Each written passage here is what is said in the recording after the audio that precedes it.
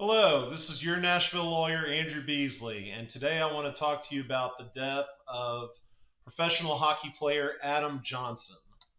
Um,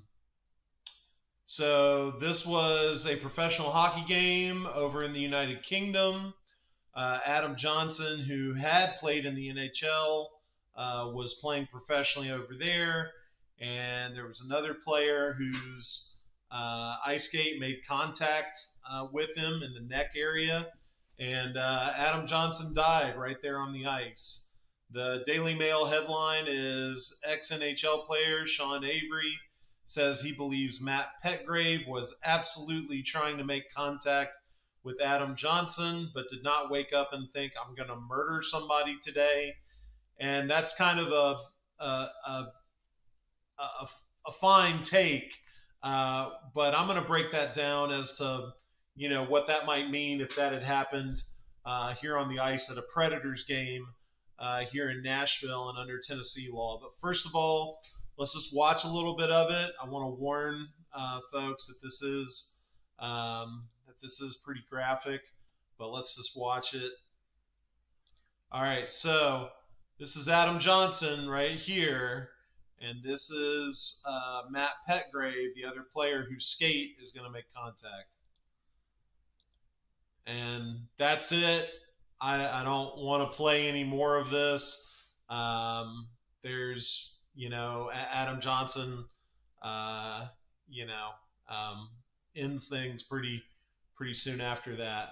But if we just come back to the beginning, so clearly, and let me just say, I don't know what their laws are over in England, but this is a professional athlete. Mr. Petgrave is presumed innocent of any criminal activity. I'm just giving my analysis as to how this video looks to me. Even from the start of this video, he is very clearly charging towards Adam Johnson, the man with the puck.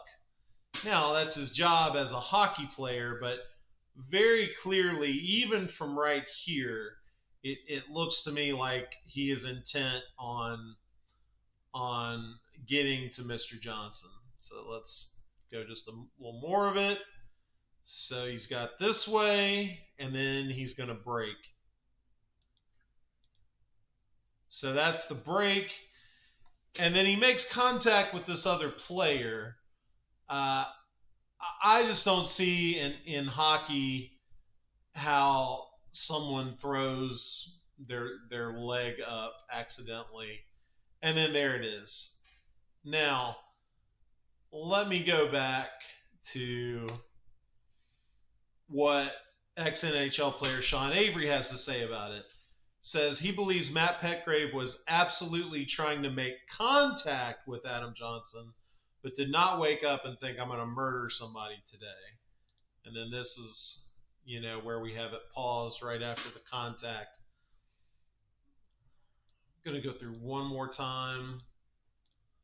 So this is Petgrave, this is Johnson. And then there it is. It's hard for me to see this as being it's hard for me to see this as being anything other than intentional. Okay, so then we come back. I don't know what the laws are over in England. Obviously, the Daily Mail is a British publication, and they are they've said in here that that the police are investigating. So I don't know what their laws are, but again, I want to kind of address what if this had happened here in Nashville. So everybody says, okay, charge him with murder. Well, murder in the first degree requires premeditation in Tennessee. So was this premeditated? Did Matt Petgrave go on the ice and say, I'm going to kill Adam Johnson today?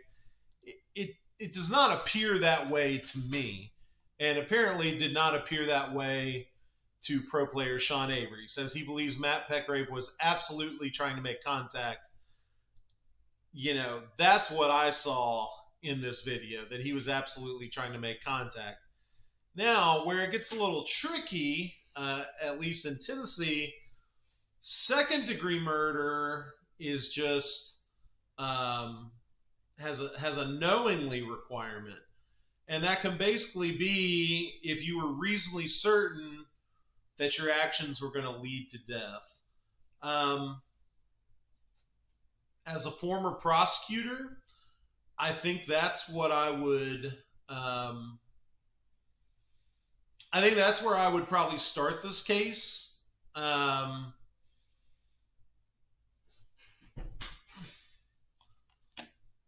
But maybe not. I mean, I think you'd have to do an investigation. You'd have to look at a background on these players, not only how they've acted before, but how they, interacted in this particular game. But to me, putting the ice skate up to the face and neck area, to me, that is something that's reasonably certain to cause death, or at least I would say as a DA. And I'm just watching it again. This is where his leg goes up. I just think, I mean, he wanted to knock him out, and it appears to me he wanted to knock him out. He wanted to get the puck, for his team. But you have to know, putting your super sharp skate up that high, I mean, it wouldn't even have had to get him directly in the neck like it did. I mean, it could have gotten his face. It could have taken out an eyeball. To me, this is an inherently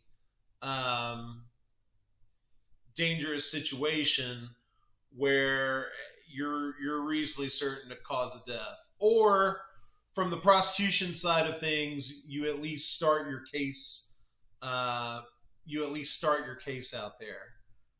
From there, some people have said, okay, well, it's a voluntary manslaughter, but that's got to be in the heat of passion.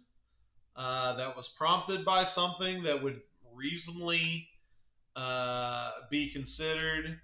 I don't know. Again, you'd have to investigate the background of the tapes and all that. I don't know that that's what I'm seeing there. Now, eventually you get to reckless homicide, which is a much lower charge in Tennessee than first degree or second degree murder. To me, I mean, it looks like at bare minimum he acted recklessly, but there's more of a question of whether he acted knowingly, whether there was a reasonable certainty that kick would have caused the death. And ultimately, I mean, that's a question for juries to decide. But that's what it looks to me. This has been in the news. It's horrific, obviously, for everybody involved, especially Mr. Johnson, who lost his life. But I, from a legal standpoint, what they're going to do in England, I really couldn't say as to how they're going to charge him, if they're even going to charge him, what they're going to charge him with. But if I were still an assistant DA, I think I would be looking at this to start it at a second degree and then work from there. My assessment is, and I'm obviously I'm a Nashville criminal defense lawyer. I'm not an ex-NHL player, but saying that he was absolutely trying to make contact, I mean, that much I think is pretty obvious from the video. Was he absolutely trying to make contact with the face and neck area with his skate? I mean, I'm sure there's another side to this, but I mean, to me, I think the video kind of speaks for itself. So appreciate you watching. I hope you enjoyed the analysis, and I will see you again real soon. Thanks.